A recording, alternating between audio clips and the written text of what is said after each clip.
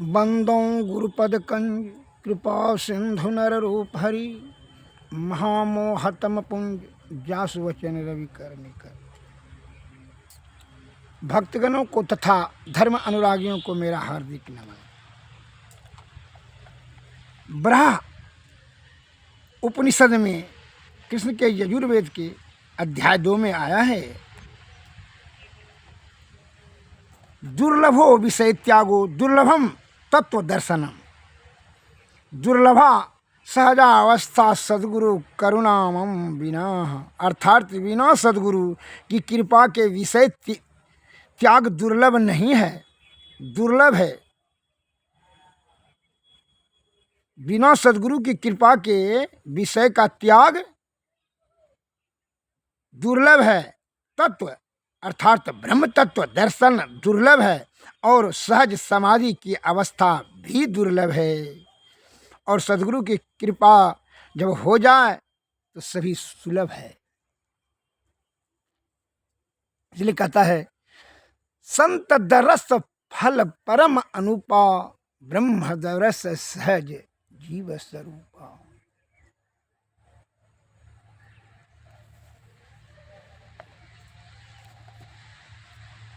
तीर्थ करण फल एक है,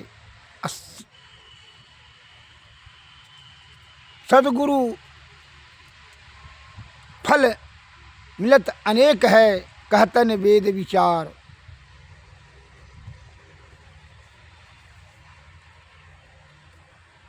तीर्थ करण फल एक है, संत मिलन फल चार। और सदगुरु मिलत फल अनेक है, कहतन वेद विचार। सदगुरु के दर्शन से अनेक फल की प्राप्ति होती है, उसका वर्णन नहीं किया जा सकता है। अर्थात लौकिक और अलौकिक सुख और परम सुख अर्थात ब्रह्म की प्राप्ति सदगुरु के दर्शन से, उनकी कृपा से प्राप्त हो जाती है। सदगुरु की कृपा से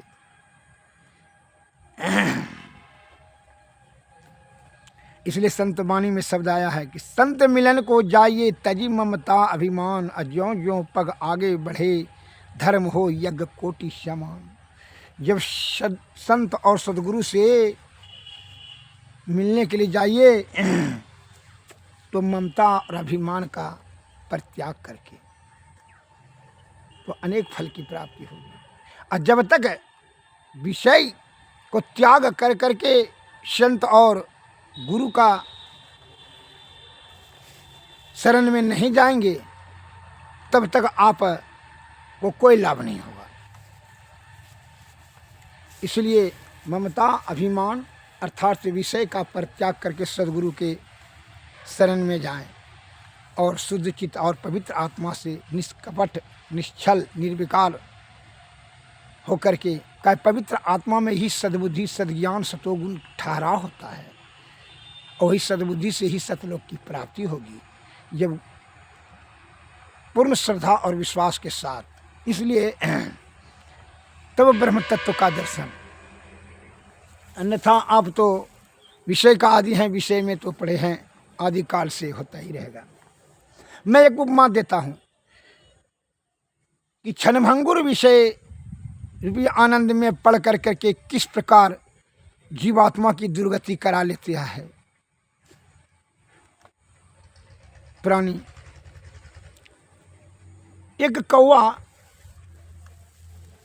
जो है एक नदी में तेज बहाव में जो है हाथी का मृत शरीर बहा रहा था और उस पर कौवा आकर के बैठ गया।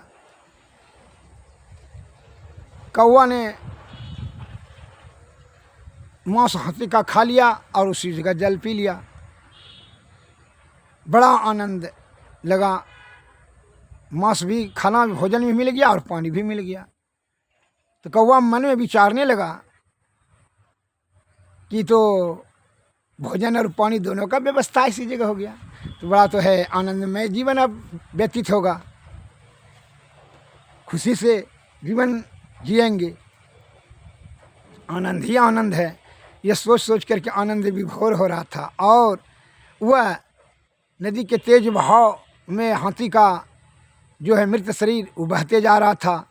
और कौवा रोज जब भूख लगे तो हाथी का वो मांस खा ले और पानी पी ले। तो मन में विचार किया कि अब फिर इधर उधर भटकने की क्या ज़रूरत है, जंगल जंगल इधर उधर जाएंगे आएंगे, जो है कीड़ा मकोड़ा करवा कसीला फल खाएंगे की क्या ज़रूरत इधर उधर। भले तो अब तो पानी भी है और मांस भी है, इसी में आनंद हुआ में से जीवन अब हमारा बढ़ जाएगा, चले जाएगा, आनंद पूर्वक जीवन जिएंगे। यही विचार मन में करते हुए बड़ा आनंद विभोर हो रहे थे कौवा। और वह अपना कोई दूसरा कोई लक्ष्य नहीं सोचा समझा और बनाया। एवं प्रकार से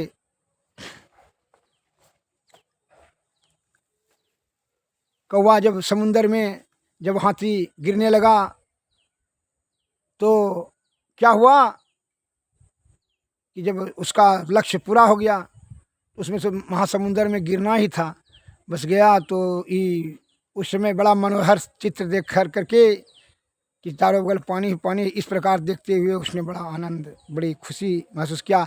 लेकिन जब महासागर में वह हाथी का जो है सब खत्म नष्ट हो गया, तब यह बौखने लगा, फड़फड़ाने लगा और उड़ते हुआ अंत ही समुद्र का नहीं हुआ। अंतिम में इसका क्या हुआ कि कौवा जो है हैरान होकर थक कर करके गिर गया और उसकी भी मृत्यु हो गई और मर गया। तो इसको भी